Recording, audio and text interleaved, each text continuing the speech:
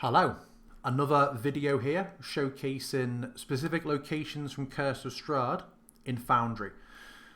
Bit of a different one here, the Village of Barovia itself.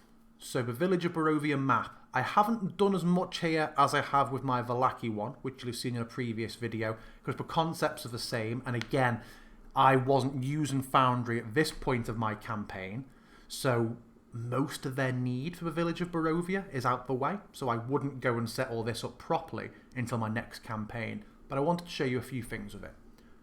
So I've made this scene something with global view, which means they don't have to have a token on it to see it all. I've made it nighttime, and I've put a rainy, stormy ambience track on to match that. So a few things we can do with maps like this. Light effects are good. So I've gone and put some lights with like a torchlight effect, small, dim, and slightly lowered animation speed, just so that when you're zoomed out, particularly at night, you get the benefit of the town looking a bit more alive. One thing you can do as well, which you've seen in my Vallaki video before, and I'm going to redo Vallaki again soon to show you, is you could get an animated smoke template, spell effect. I think I use acid fog cloud for my Vallaki one, and come and carefully place it over the chimney stack art here. And it isn't like motion sickness, but when you look at it, you then get an effect that the smoke from the chimneys is slightly rising. In fact, I keep saying I can just show you the Vallaki one now. I will do a more detailed one on Vallaki in the future, because there's quite a lot to it. In fact, my Vallaki sometimes struggles to load because I've got so much done with it.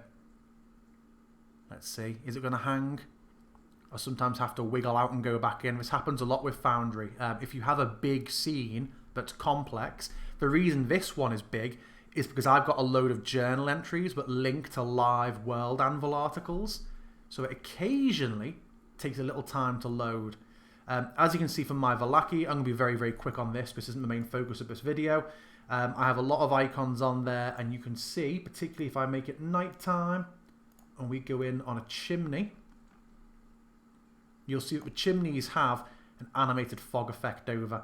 So where you have houses but have a light and the chimney, that really does give a bit of a subtle living sort of atmosphere to it, which I really like.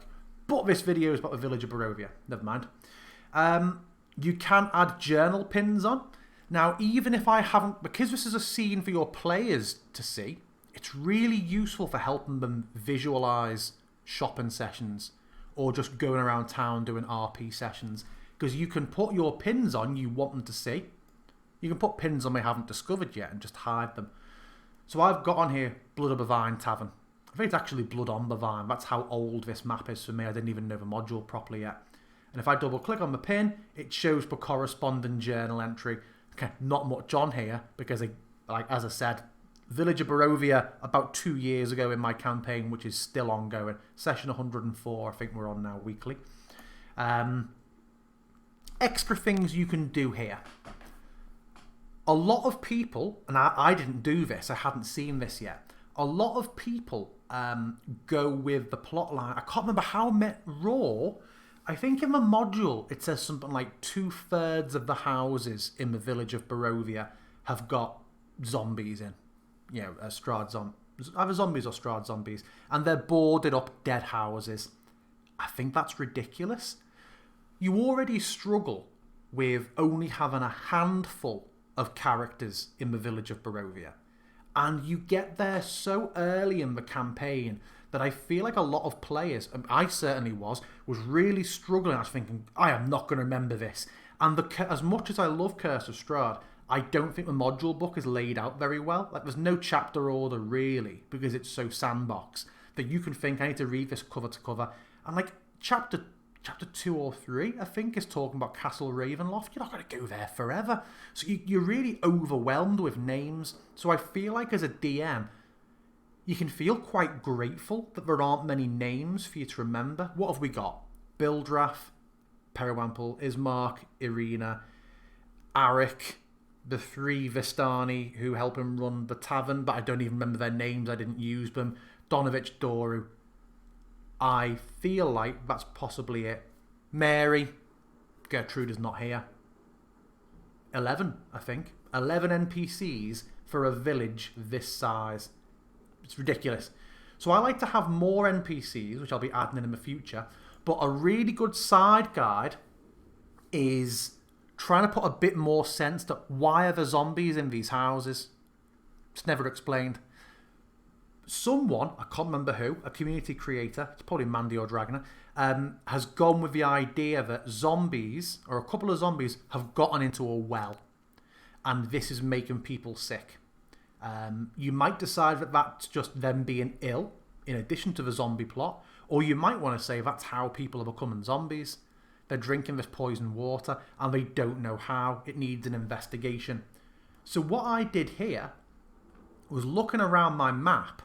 We've got a couple of wells, haven't we? There's a well here. There's a well here. And there's a well here. Looking around, I noticed that for this particular well, there's only one building that has smoke.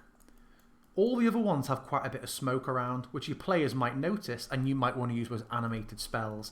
So I might decide, for me as a DM, just for helping me visualise what's happening with my scene, this is the area that is most affected by the well water.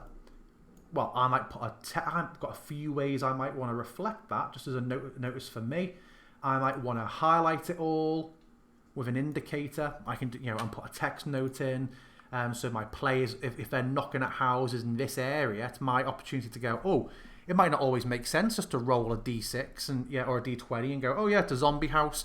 If you had 5 houses, 4 and 1 in the middle, and everyone was okay and was big burly fighters, and the middle house had a couple of zombies in, I think those houses would have come together to do something about it. But if you start to write off a district in your town, in your village, so I could come here and I could put a text box in and I could mark it off, maybe lead to a journal entry on what to do with those zombie houses, instead of it being a big chapter and you having to go and find a paragraph, lift that paragraph out, put it into a journal entry just for that, put that journal entry pinned somewhere relevant for you. You might decide it isn't an easy square shape, it might be something you want to draw freehand. You might want to say, actually, it's kind of these houses that are affected. You can do that with a drawing tool. It doesn't have to be a perfect polygon. You can draw what you want. I can then go to that, hide it. Now I picked the wrong colour really. I should have increased the opacity of it. Maybe made it a brighter colour. And then hide it. Now I did this with another area in the game that I'll show you in a future video. Berez. Great big swamp.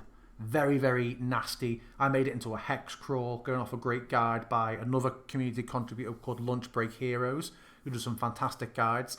And I decided I wanted different areas of the water to be different heights on the players, just to add a bit of variety and a bit more danger. Are they wading in neck-high water? So I highlighted areas of the map and said, this is deeper, this is more shallow.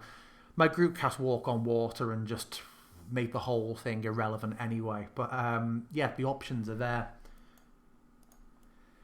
I think that's all there really is to show you with this one. Like many maps as well, actually, you can go into like token FX, which is locked again.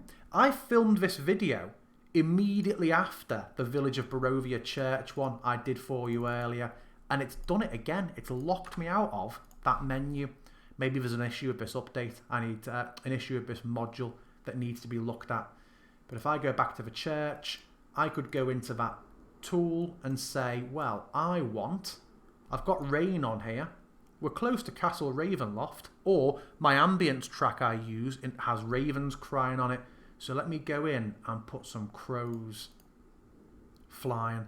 Not many, but I'll put some crows on, and I could add bats. I'm not going to put both on, but I am going to put a bit of fog in. Not very dense though. Click save, give it a second, and those effects start to come into place. So you can see straight away a bit of fog set in. We've got a raven up here going over.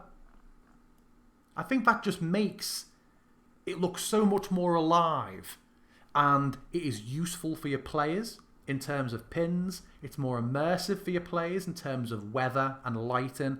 And it's useful for you as a DM with tools like that where you can highlight where areas are affected.